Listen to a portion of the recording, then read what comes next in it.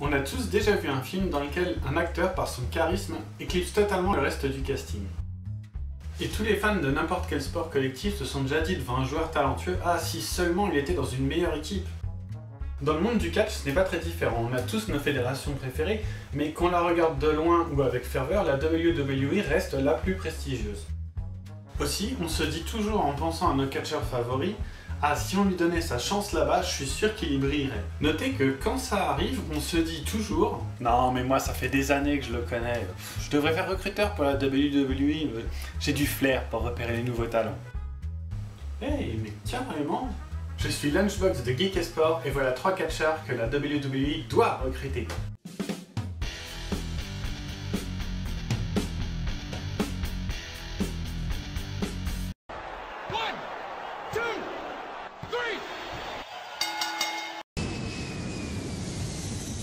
En numéro 3 de setup, Adam Cole, bébé. Bon, il paraît qu'au moment où je tourne cette vidéo, c'est presque fait, alors raison de plus. Voilà un gars talentueux qui a toujours une bonne réponse du public et qui brille aussi bien en solo que au sein d'un groupe comme on l'a vu avec son run au sein du Bullet Club. Techniquement, il a un style varié qui plaira à tous et surtout, il a un talent de heel naturel.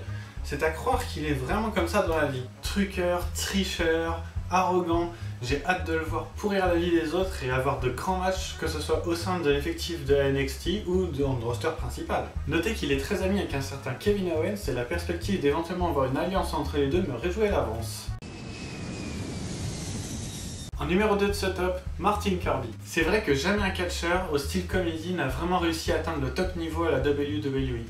Mais peut-être que lui pourrait réussir là où même le grand Colt Cabana a échoué. Si à ce moment-là de la vidéo vous vous demandez un peu de quoi je parle, je ne saurais que trop vous conseiller la lecture de l'excellent article écrit par moi sur la page Facebook de Geek et Sport. Martin Kirby, c'est une excellente technique in-ring et un très grand talent caché derrière toutes les blagues et le côté théâtral. Que ce soit en tant que heel ou en tant que face, comme il a pu le montrer à la What Culture Pro Wrestling, je pense qu'il a le talent pour s'imposer à la WWE. En plus, les catcheurs britanniques ont le vent en poupe en ce moment dans la compagnie, et je pense qu'il n'aura aucun mal à se mettre le public dans la poche. Quand Killian Dane est parti à la NXT, il a dit que Martin Kirby était sans doute celui qu'il voyait comme étant le prochain à emprunter ses traces, et je pense qu'il avait raison. D'ailleurs, il paraît qu'on l'aurait vu lors d'une séance d'essai au WWE Performance Center. Donc ça pourrait arriver plutôt qu'on le pense. Mais selon moi, le catcheur que la WWE devrait le plus recruter, c'est Will Ospreay. Bien sûr, ce qui vient en premier à l'idée quand on parle de lui, c'est tous ses mouvements aériens. Mais il est tellement plus que ça. Déjà, c'est une star internationale. Au Japon, en Angleterre, aux États-Unis, il a participé à la Battle of Los Angeles. Il était encore en finale du Best of the Super Junior Tournament au Japon la semaine passée, après l'avoir déjà gagné. Il est présent partout à travers le monde. Tous les ans, plusieurs de ses matchs sont reconnus comme étant des candidats au match de l'année.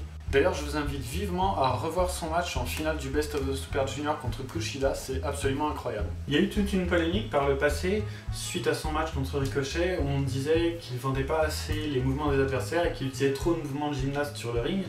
Je trouve que c'est plus vraiment d'actualité et que c'est vraiment devenu un catcheur très complet, y compris au micro, et il n'y a qu'à voir son run de heel à la What Culture Pro Wrestling pour se rendre compte qu'il a vraiment progressé dans ce domaine et c'est vraiment un catcheur qui sait à la fois vendre les mouvements des adversaires, faire des performances incroyables et se défend très bien avec un micro. Et puis, qu'est-ce qui a été à la mode et qui a rencontré un franc succès à la WWE ces derniers temps?